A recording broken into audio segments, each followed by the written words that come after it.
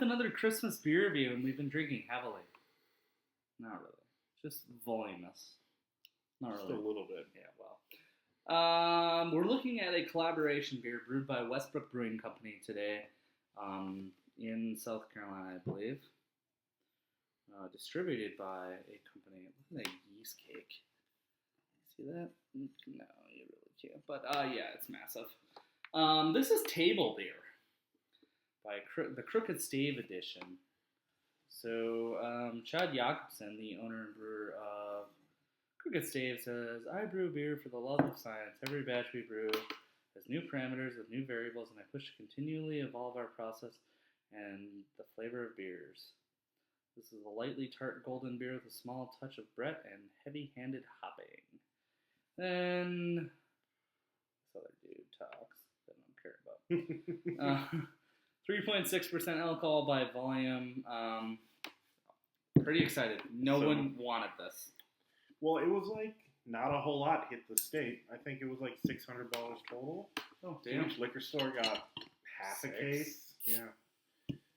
Well, it should be exciting. Table beer as a concept was typically back in those Belgian days. Help yourself to a point. I was just watching the carbonation rise. Oh, yeah, definitely. And it was mainly for field workers on farms or plantations, if you will, in Europe, where water was just a little bit too difficult to come by, clean water for that matter, and or it was cheaper, I think, to serve table beer than it was to serve just cleansed, filtered water. And this beer, right here, is a reincarnation of such delicious efforts.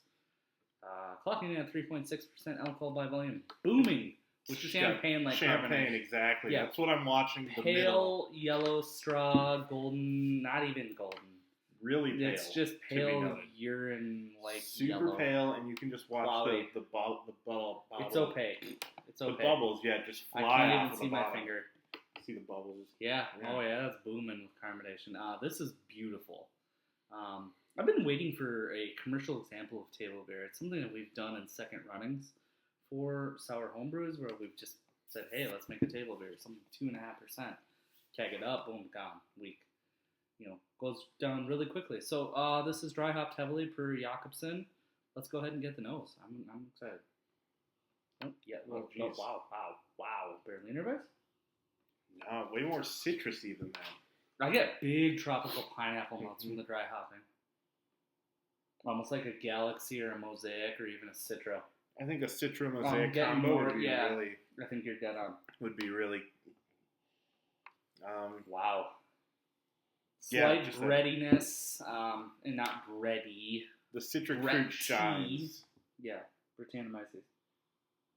Yeah, and Britannomyces brings their own citric kind of notes with it. And I think Really, with the- really light, airy, fluffy malt to and back with it up. with the dry hopping, I think it combines. Can you really imagine well. working in 80 to 100 degree weather and then just being served this by about the gallon? Sounds rough. Yeah, rough. Right now, it sounds pretty rough. All right, well, let's dive into it. Let's taste it. This smells awesome. Cheers.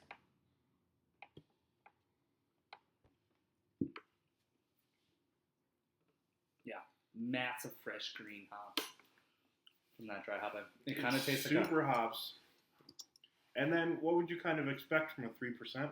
It's not exactly what I would call really diverse or that dry hopping, man. Before we go any further Super into that prominent. malt, I get this surly wet. It's really good. The Hop hops fill. are great. Just Really great. chewy, full of those lupulins, just delicious, wet, dank hops. Nice. And then, yeah, you're right. It does fade away. Into It that. fades away to, the tropical fruits try to carry it throughout the mouth. Then it goes dry and then nothing. Slight cereal-like frosted flaky notes. Definitely. Way at the end. I would Way say at the end. 5% of the taste. You you're getting smack there. Yeah. your lips at the end. You're like, Yeah. oh yeah, there it is. Honestly, this strikes me just as a better hop version of a lot of the session IPAs we've been seeing. Yeah, with a slight Brett note. Yeah, right. There's some of that funky, barnyardy, horse blankety, kind of just really...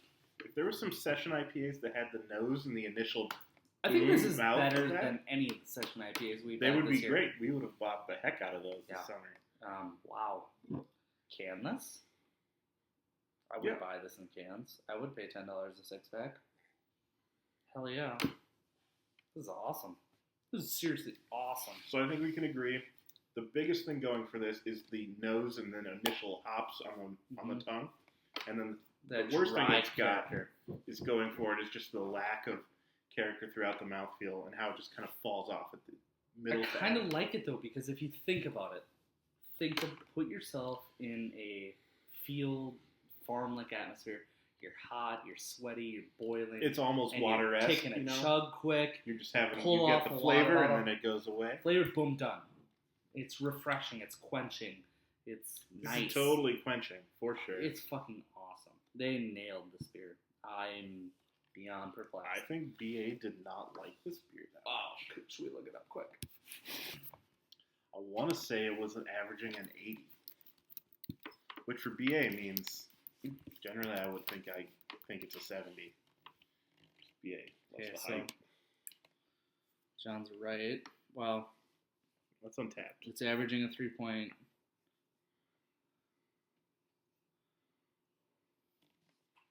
It's the community one. Well, it's not really pulling up on That's a... the Midwest forums where they're asking about it. That's how I know we only got 600 bottles.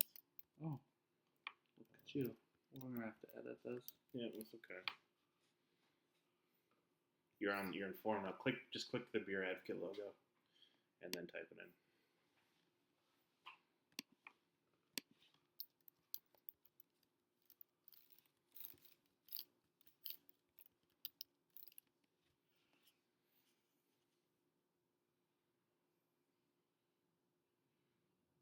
This is it? I think so. Yeah, it gets an 83. Yep. Well, no, this is the Crooked Stave version. It's the Westbrook one. It gets an 83 for the Westbrook version. Here you go. And it's unrated, No, okay. averaging slightly less than a 4 on the Crooked Stave version, and I'm going to go way higher than that. I'd say this is at least like a 96 kind of beer. Yeah. I think when you're buying a single like this, if someone says, "Hey, Crooked Stave makes good beers, you should try this," and you don't know what you're getting into, I think you'd be a little disappointed.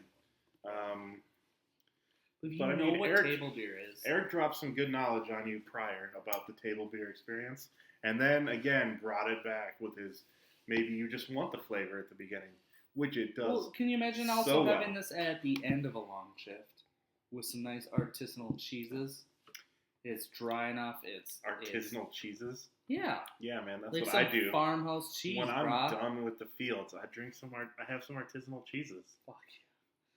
No, for real though. I mean, it's a beer that you could serve literally to your entire family and accrue it. You know, you could plop this beer on the table like we're doing, drink it, and not get drunk at all. I mean, it's 3%. It tastes really good. It's really refreshing. This would go with a lot of things, the citrusy would pair with. Don't say artisanal cheeses. But it's really good. I'm going 95. You're going to go 95? I think I'd go 96. A level stuff. Blew my mind. Oh, yeah? A little bit. The hopping was just So we're just going to come stellar. right back at you with another sour Was beer. stellar. So, cheers.